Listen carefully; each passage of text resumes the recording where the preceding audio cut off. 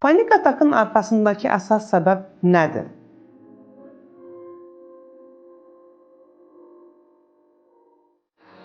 Panik atak çox vaxt qəfil və səbəbsiz kimi görünür.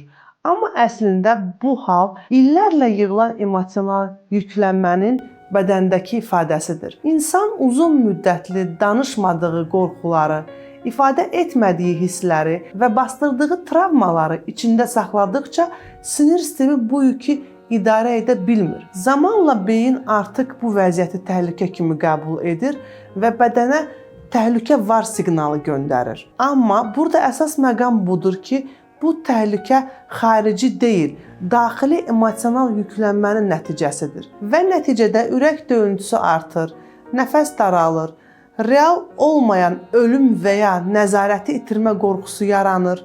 İnsan özünü tam panika içində hiss edir. Əslində isə bədən sadəcə artıq bu qədər yükü daşıya bilmirəm mesajını verir. Əgər sən də bu vəziyyəti yaşayırsansa, bu halı yalnız simptom olaraq yox, köklü səviyyədə anlamaq lazımdır.